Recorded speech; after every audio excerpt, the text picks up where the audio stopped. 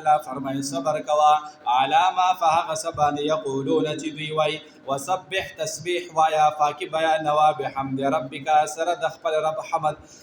د خپل رب حمد هغه بیانوا قبل طلوع الشمس مخی د نور درا خطونا یعنی سحر منذرات دی وقبل غروبها او مخی د نور د فریوتونا د نور د ډوبېدونا دینه ما دیگر منذرات دی ومن انا الليل او پاغ ساعتونو پاغ وختونو د شپې کې چې دینه ما خامومه مراد دی فسبح الله فرمای پاکی بیانوا واطراف النهار فاطرفنو د ورځې کې چې دینه ماسپخین مراد دی پنځه منځونه برابر شو لعلک د دفار ترضا چې ترازی سي خوشاله شي په شفاعت باندې ولا تمدن الله فرمای ما وګدای کوا عینه کا خپل نظر او سترګي مبارک الی ما هغه ستا هغه سامان تا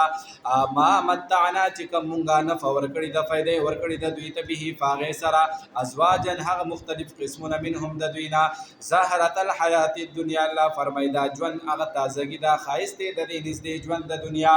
د نفتنهم د فارج مونږه امتحان وکو ازمیخ وکو فدوی باندې پیه پدې نعمتونو کې فدې پیدو کې ورزق ربک او رزق او روزی استا درب خیر غردا ډیرا وابقا او باقی فات کېدون کې همیشه دا وامر الله فرمای حکم کوا امر کوا اهلک خپل اهل عیال تا خپل تابعدار خلق تا بسولات فمنس کول باندې واصبر او صبر کوا علیها باغی باندې خپل هم مزهغا کوا او کلک شپ مانځ باندې لا نسالک من سوال نکو استاد رزق در رزق نحن نرزقک من برزق در کوتا تا والعاقبه للتقوى بهترین انجام د تقوا پرهیزګارانو خلق دی وقالوا وایدا کفار مکی والا لولا یاتینا ولنرزمک بآیه یون خبر ربی د الله تبارک وتعالى د نخنا فرمایش معجزه غواړي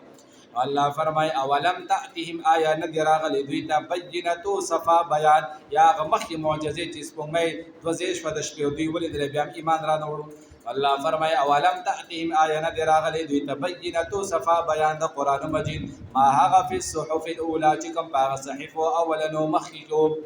ولو ان اهلكنا الله فرمای کچری مونږه هلاک کړو دوی لرا داخلك بعذاب فعذاب سره من قبله مخید نبی علیه الصلاة والسلام دراتلونه د قران مخکی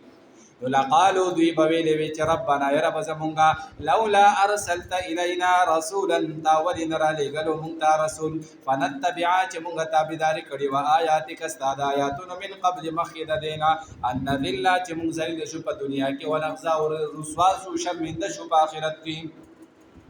قل وتوای پیغمبر کل هر یوم متربص انتظار کون کې دي فتربصوا تاسو انتظار کوي فستعلمون سرد چې تاسو به په شي تاسو به خبر شي من اصحاب الصراط السوي سوق دې دا خاوندنی غو د سمي برابر لاري ومن اهتدى او سوق دې هغه هدایت والا سمي برابر لاري والا الحمد لله رب العالمين والعاقبة للمتقين والصلاة والسلام على رسوله محمد وعلى آله